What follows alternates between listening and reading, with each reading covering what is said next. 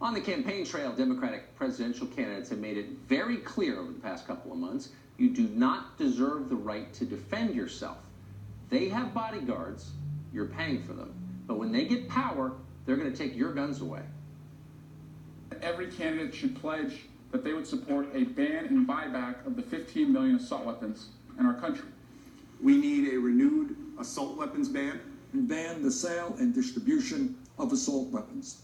I'm also the only guy that got assault weapons banned, and the number of clips in a gun banned.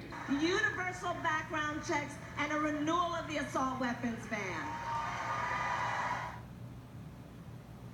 Assault weapons, that's a category they simply made up. By the way, it's a category of rifles that are used in a very small percentage of crimes and murders. But Democrats are telling you that these rifles have no value whatsoever for self-defense. One man knows differently. On Wednesday night in Marion County, Florida, 4 armed home invaders broke into the home of a 61-year-old man. One of the invaders was wearing a mask from a horror film. In Eric Swalwell's world, that homeowner would have been helpless while 4 criminals robbed him and possibly murdered him. But thankfully, that man lived in America instead, and he was able to defend himself. Using an AR-15, he killed 2 of the intruders. The other 2 were arrested. The homeowner was shot, but he is alive tonight thanks to his AR-15. Ryan Kleckner is a former Army Ranger sniper and a contributor at The Federalist.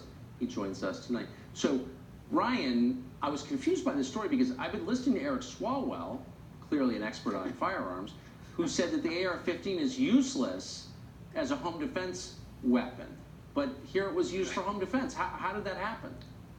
Well, look, the AR-15 is so popular because it's low recoil, it's ergonomic, it's easy to use, and even some of the features that some of these anti-gunners want to attack, like the adjustable stock, that makes it safer and easier to use. That allows someone with a smaller frame to adjust it to fit them.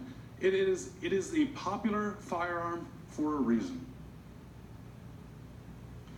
Well, that's kind of the point. Maybe that's why they want to ban it. So, I mean, AR-15s, just to be totally clear, are not used in the overwhelming majority of murders and armed robberies in this country. Handguns are. Look at FBI stats, Tucker. The FBI statistics show us that hammers are used more in violent crimes than all rifles, not just the subset of rifles that are AR-15s. You know, and even these things that we hammers, attack, like I mentioned before, the adjustable hammer and nail, the mag capacity. High-capacity magazines? Yeah. Thank God he had a high-capacity magazine. He had 4 armed attackers coming after him in his home. That's what he needed to be able to stay alive. You mentioned in Eric Swalwell's world. I'm glad we don't live in Joe Biden's world. Because if Joe Biden had his way, this man may not be alive. I don't know if you remember, but Joe Biden once said that all you need is a double-barrel shotgun and fire 2 blasts out the door, and that's all you need to do. Well, I may not be very good at math, but my friend is, and he said that 2 barrels and 2 shotgun shells with 2 blasts outside of a window leaves you with 0 chance to protect yourself.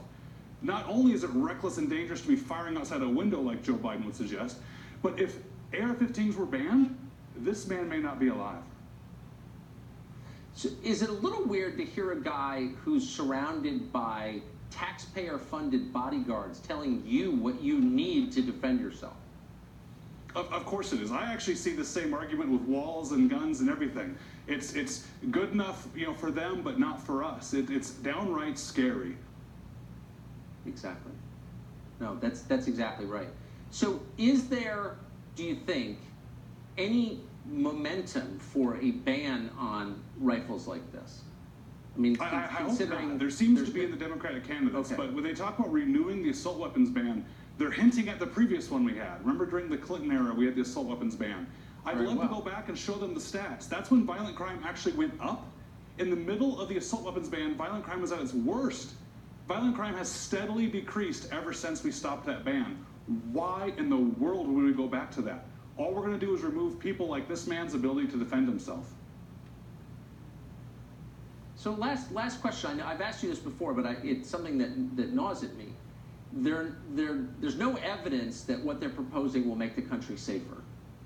None. And they know that. So why are they proposing it? What's the motive here? I don't want to get conspiracy theorist on you, but we mentioned last time I was on here with you that whenever a politician tells you that you don't need guns is when you need guns, it makes me a little nervous. If this is clearly an ability for the man to protect himself, this is clearly an ability for what the Second Amendment was for, by the way. The AR-15, in my opinion, this might not be popular, it's the modern musket.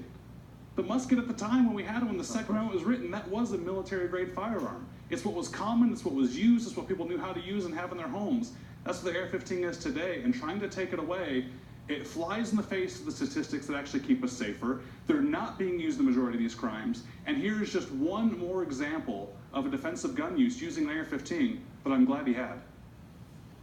Yeah, it's too much power. It's too much autonomy for them. They don't want citizens to make their own decisions, obviously. Ryan Kleckner, great to see you tonight. Thanks for having me on.